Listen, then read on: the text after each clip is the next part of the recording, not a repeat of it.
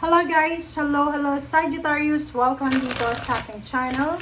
Kapalaran 888 Sagittarius. Alamin natin kung sino-sino ba yung mga stalker mo or sumusubaybay sa bawat galaw mo.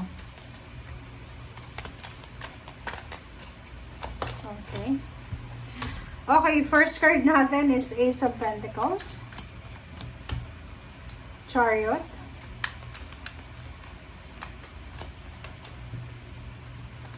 Ace of Swords, and Temperance.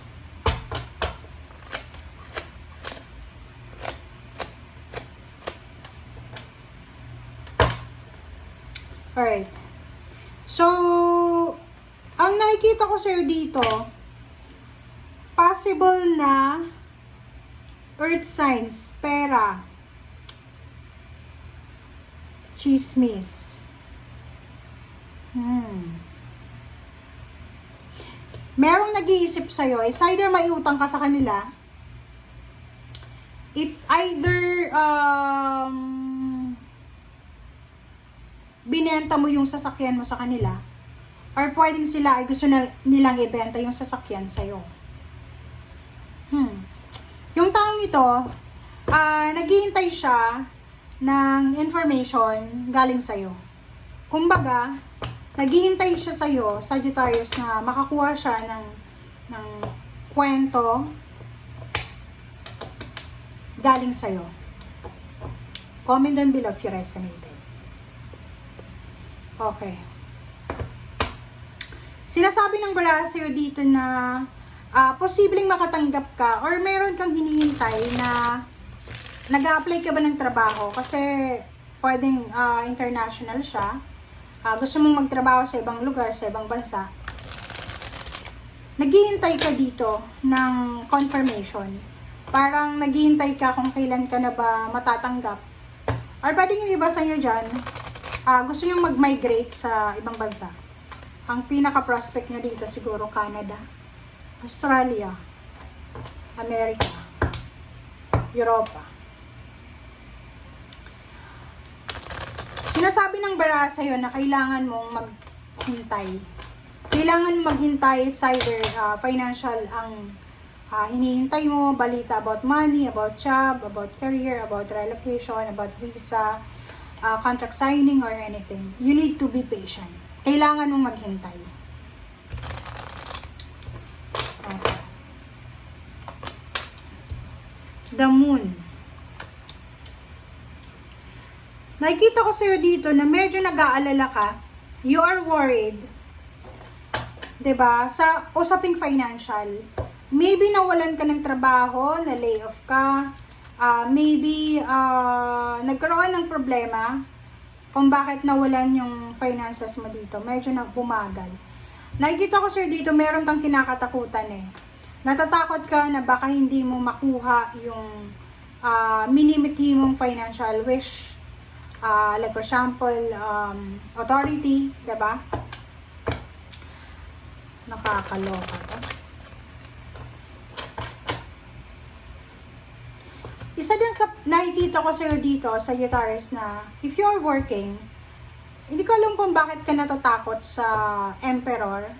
Maybe natatakot ka sa boss mo, sa CEO ng company, sa head of the heads. Natatakot ka because of money. Bakit ganon? Or tinatakot ka ba? Parang ganon. Tingnan natin.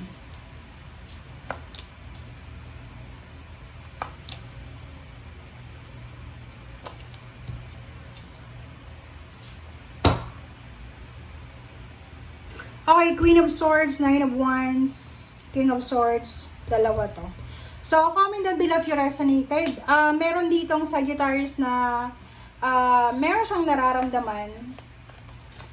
Emotionally burdened siya. Pagod na siya sa, like for example, gusto niyang pumunta ng ibang bansa. Pagod na siya sa paghahanap ng mga tao na pwedeng makatulong sa kanya financially. Or pwedeng pagod na siya sa pagpaprocess ng mga paperworks. nakikita ko sa'yo, nasa tamang direksyon ka naman eh. Kumbaga, alam mo kung saan ka papunta. Meron kang prospect eh. Meron kang like pathway na gusto mong sundan. Diba? Parang ganun. Ito yung gusto kong sundan na pathway. Yung Queen of Swords, sinasabi ng bara sa'yo na gusto mong maging, kumbaga, yung buhay mo, sobrang ano lang, easy-go-lucky lang. Chill-chill lang. Hindi ka naman naghahangad ng sobra-sobra eh. 'Di ba? Pero natatakot ka dito na mawalan ng pera, mawalan ng trabaho, or kung ano pa man. Yung iba sa inyo dito, emotionally medyo, emotionally battered siya eh. 'Di ba? Ang dami-dami niyang iniisip, marami siyang mga iniisip na kung ano-ano. Bakit ganun? Bakit guys nag-iisip kayo? Comment nga sa comment section. At iniisip niyo kung ano-ano. Hindi ka makatulog, oh. This is all about the direction. Di ba yung parang halimbawa, natatakot ka, o hindi mo alam kung ano yung talagang gagawin mo. Maybe pagod na pagod ka na sa pagbabalanse sa pera, sa paghahanap buhay. Hay, meron ditong Sagittarius na parang ano siya, sobrang hirap na siya sa pakikipagkompetensya sa mundo. Pwede nag-a-apply siya ng trabaho, pero hindi siya matanggap-tanggap. Nakakakuha naman siya ng trabaho. Pero hindi siya maganda eh. Hindi maganda yung trabahong to. Or maybe, pinag-iinitan siya ng emperor niya, ng boss.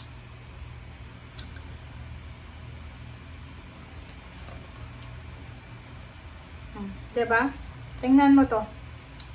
Sa loob ng trabaho, posibleng nakakuha ka ng kaaway. Isa sa rason kung bakit nawalan ka ng trabaho is because of competition. Pwedeng katrabaho mo to or mismong yung boss mo insecure sa'yo. Kaya ngayon, siguro ngayon unemployed ka or looking for a job ka kasi dahil sa nangyari na ganun.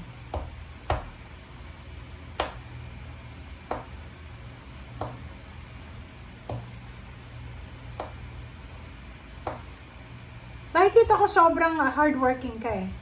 Sobrang hardworking, sobrang magaling ka sa ginagawa mo, sa craft mo. Kaya nga pinag-iinggitan ka eh, kinaiinggitan ka. Kaso lang, etong boss mo na to, medyo stingy to eh. Kuripot siya, yung boss mo, and manipulator. Parang ganon. Wow. Bakit ganon? Ang energy mo. Sa mga susunod na reading guys, tingnan natin kung makaresonate ka pa. Hanapin natin yung bakit ganun yung energy na yan.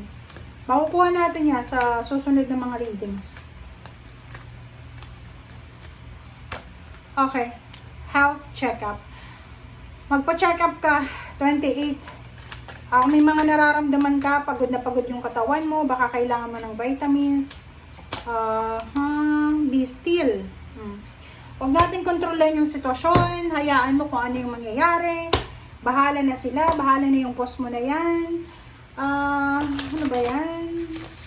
Namumroblema ka sa pera, sa kung ano pa man, hayaan mo na yan. Okay? Snake, oh. Sabi na sa'yo eh. Kakaloko, oh. Parrot and snake. Etong parrot na to, sinasabi na listen intently to understand. Masyado ka bang madaldal? Or parang, halimbawa, yung boss mo, meron siyang sinasabi sa'yo, nakikilaban ka, nakikipag-away ka. Snake, sinasabi na live according to your divine essence. Transformation, yung snake naman, pwede siyang mag-transform, pwede siyang magbago, but sinasabi na live according to your essence. So, kung ano yung importante, kung alam mo, ano ba yung kailangan ko sa ngayon, dun ka lang. Okay? And, makinig tayo. Huwag tayong masyadong madaldal, huwag tayong masyadong magulo, parang ganon. Mas okay makinig kaysa makipaglaban. Kasi nakikita ko dito, sa loob ng trabaho, maybe several jobs ka nang umalis because ang daming traidor sa paligid mo. And kahit maraming traidor dyan, tuloy pa rin yung trabaho mo. Pero siguro dumating yung panahon na talagang ayaw mo na. Yun, umalis ka or ikaw mismo yung tinerminate. And ngayon, nakikita ko na yung mga taong ito na gumawa sa'yo ng masama, iniisip ka nila. Binabantayan nila. Asa na kaya sa Sagittarius? Okay? So, yun. Thank you guys for watching. Bye!